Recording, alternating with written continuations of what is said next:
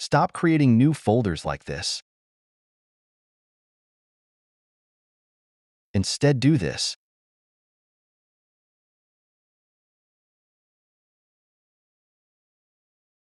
Control-E.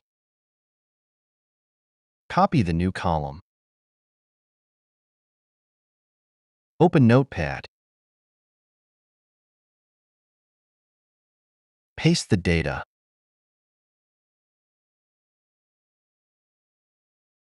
Save as. Type in a file name.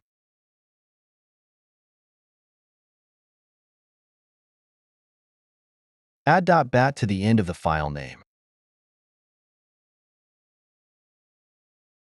Find the .bat file you just saved. Double-click and let the .bat file run. Boom! Tons of files in seconds.